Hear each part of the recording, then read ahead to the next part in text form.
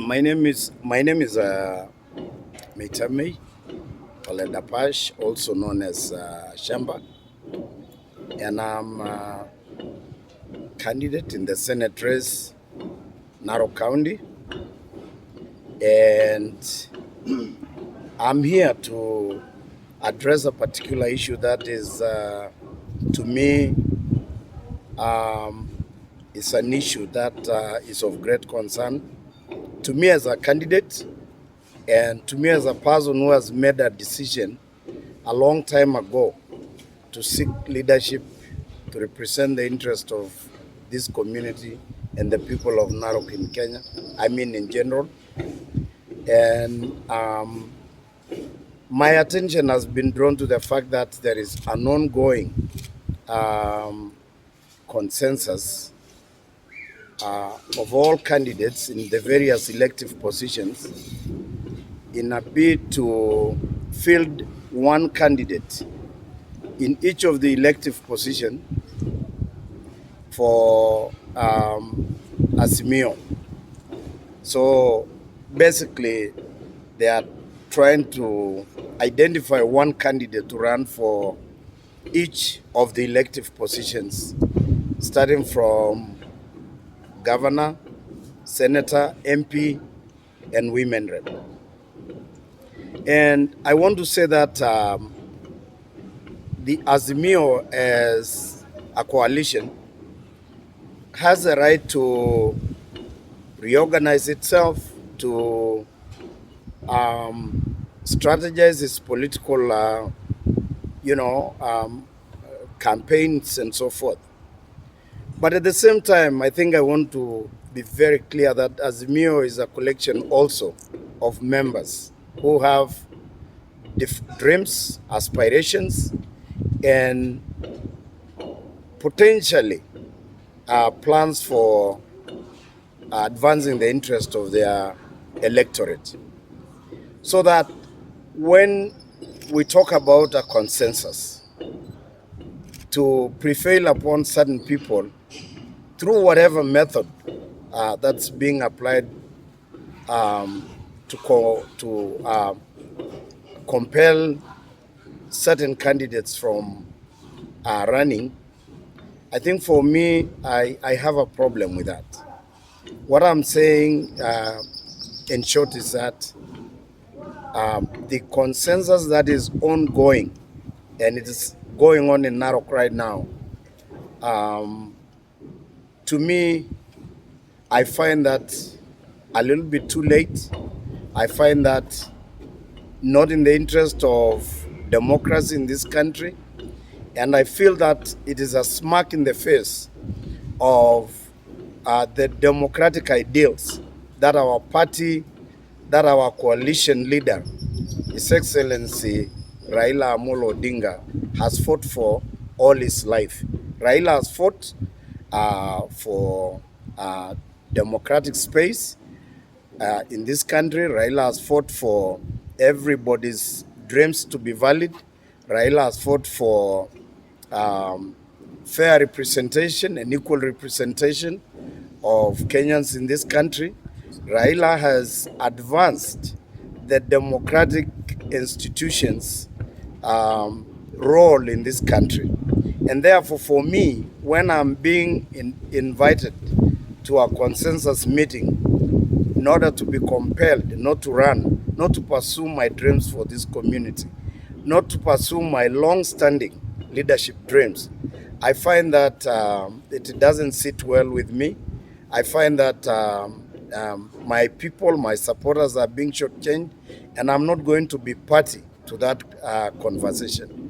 I'm not going to be party to that conversation because I've been campaigning for more than 3 years, and I want the community, I want the voters in Narok, the Narok electorate, to be the ones to make that decision whether I qualify to represent them or not. But not a group of people who've been identified somewhere to come and tell me not to run because of whatever reasons they come up with. So I just want to be very clear because that process is going on here, and I hear they've already completed interviewing the candidates for women rep and for MPs, and I know that there is a meeting scheduled for Senate candidates, and I just want to be very categorical, very clear. I'm not going to be party to that. I want to feel like I want to belong to a country where every single person can pursue his political or leadership dreams without being compelled upon to abandon those dreams by a group of people who have been appointed and not the electorate. So I think I just wanted to make that very clear. And I know that I'm speaking for many other candidates who cannot face the camera, many candidates who cannot speak their mind. And I want to say that I'm a liberated person. I think for myself and I fight for this community based on my own beliefs. I stand with this community based on my own convictions, and I'm a true Democrat. I believe in complete democratization of leadership in this country. That's why Raila has never led this country, because there has always been an agenda to derail him. I don't want anybody to be derailed. I want our dreams to be valid. And I think that all our dreams to be valid. And I think that the only position that we all agree on in Narok County is that of the president, who is Raila Amolo Odinga. Every single person in Narok County, whether they are members of UDA and electing MCAs or women rep or even governors, I know all those people are going to vote for Raila. And I'm voting for Raila. I'm campaigning for Raila.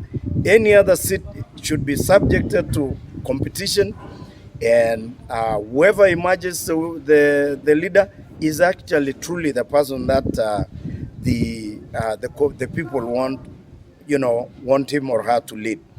Finally, it's a process, that is the process itself of arriving at this consensus. I am not criticizing anybody at all, but I don't understand the process itself. I don't know whether it's based on scientific studies. I don't know whether it is based on the physical features of a candidate or his ability to convince this committee. I don't know what it is. I don't know what the process is. And I don't know whether it's transparent. I don't know whether it's... I don't know. I cannot talk about that. All I can say is that this consensus building process, this consensus process is actually not a consensus process. It is a process to eliminate candidates for whatever reason they feel deemed to eliminate whoever that candidate is. So for me, I'm not party to that. I know that I have received my compliance certificate. I have it. I have received my nomination certificate from UPF, and I'm going to be flying UPF flag in Narok County as a Senate candidate. I'm campaigning for Raila, and those are the only two votes that I'm interested in. My votes and those of Raila. And that's all. And I'm going to the ballot box. I don't want to appear before that committee because I don't want to lie that I'm going to agree with their decision. I'm not going to agree, so I'm not going to waste their time. I'm going to respect their time, and I'm just making it very, I will not participate in that process. I want the people of Narok County to elect me or to reject me the opportunity to lead them. And I believe that a lot of people in this county have confidence in me. I have fought for them in Mount Narok. I have fought for them in Suswa. I have fought for them in Masai Mara. I have fought for them everywhere where I have been needed. And I'll continue fighting for them. Much more so if I get elected as a senator for Narok County.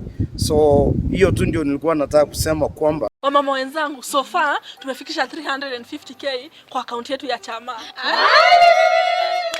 tufanye aje na hizi pesa zetu? Naona tununue vitenge zinafanana. Vitenge. Hapana, tununue sufuria za non-stick. Sufuria. Tununueni curtain. Ai, mama wenzangu, vote tununue kaploti. Kuna watu wanauza plots na nyuki. Na nyuki? Hebu tuwapigie simu watupe uhondo. Hello. Thank you for calling Optiven. How may we assist you? Can we get a plot with 350,000 in Nanyuki? Yes, you can get a plot at the Great Oasis Gardens in Nanyuki today for as low as 349,000 shillings.